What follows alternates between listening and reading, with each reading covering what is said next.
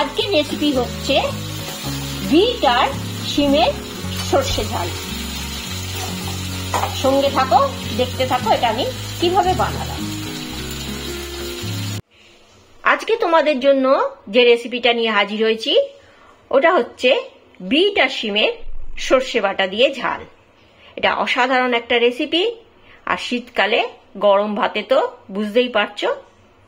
তাহলে সঙ্গে থেকে দেখতে থাকো কেমন করে বানাই। প্রথমে আমি কি করব, বিটটাকে পাতলা করে কুটে একটু সেদ্ধ করে নেব, কেননা শিমের থেকে বিটটা শক্ত, নাহলে পরে গিয়ে সেদ্ধ হবে না। আর আমি এই রেসিপিতে কোনো রকম জল ব্যবহার করব না। তাহলে সঙ্গে থাকো।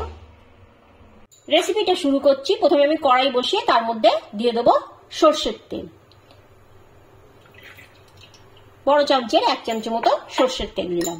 আর শিমগুলোকে আমি খালি মাথা দুটো কেটে নিয়েছি, নিয়ে আঁশটাকে ছাড়িয়ে নিয়েছি। কোন রকম ফালা করিনি বা সেদ্ধ করিনি, কিছু করিনি। আর বিটটাকে আমি হালকা সেদ্ধ করে নিয়েছি। এবারে তেল গরম হলে তার মধ্যে দেবো 5 ফোড়ন।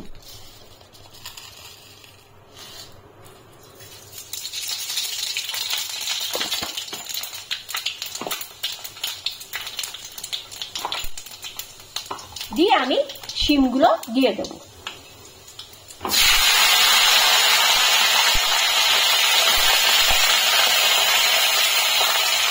শিমগুলো আমি ভালোভাবে ভেজে নেব। কোন রকম ঢাকনা দেব না, যাতে না শিমের রংটা বদলে যায়। সেই জন্য আমি ঢাকনা ছাড়াই শিমগুলো এপিট ওপিট করে ভেজে নেব। বেশ কিছুক্ষণ ভাজার পর আমি দিয়ে দেবো বিটগুলো। এবার বিটগুলো শিমের সাথে আমি ভেজে নেব। বিটগুলো আমি আগে থেকে সেদ্ধ করে নিয়েছি। শিমের সাথে বিট সেদ্ধ হতে চাইবে না, কারণ বিট খুব শক্ত, তাই আমি আলগা করে বিটগুলোকে সেদ্ধ করে নিয়েছি। এবার ভাজা হোক শিমের সাথে।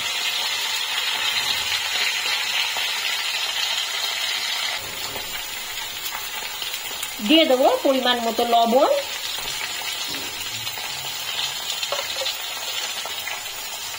সামান্য হলুদ,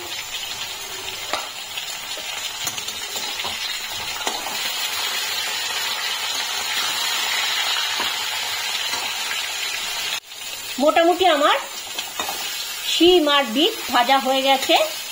আমি এবারে কয়েক দানা চিনি দেবো। যেহেতু আমি সর্ষের জিনিস করছি, আমি সর্ষে আর পোস্ত আর মুসুর ডালে একটু চিনি ব্যবহার করে থাকি। এবারে দিয়ে দেবো 2 চামচ মতো সর্ষে বাটা।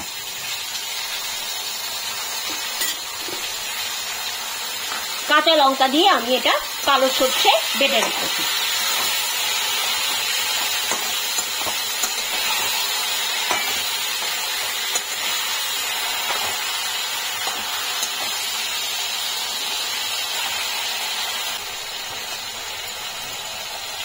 শিম দিয়ে যে জল বেরিয়েছে সেই জলে কিন্তু আমার রান্নাটা হচ্ছে। আমি কোনো রকম জল ব্যবহার করিনি। অপূর্ব লাগে গরম ভাতে, প্রথম পাতে। যে এটা একবার খেয়েছে সে এটা বারেবার বানাবে। মাছ মাংস ফেলে এটা বানাবে।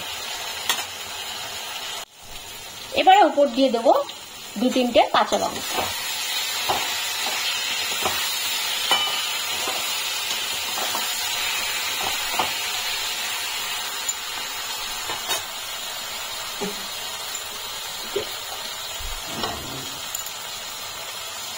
দেব ধনে পাতা।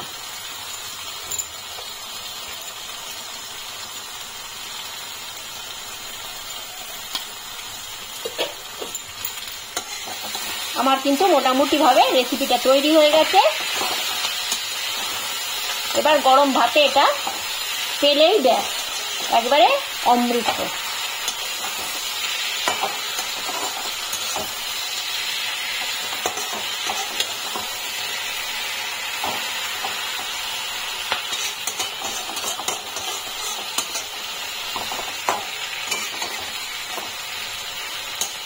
একটা অসাধারণ রেসিপি শিখিয়ে দিলাম। আজ এই পর্যন্ত, সঙ্গে থাকার জন্য অসংখ্য ধন্যবাদ।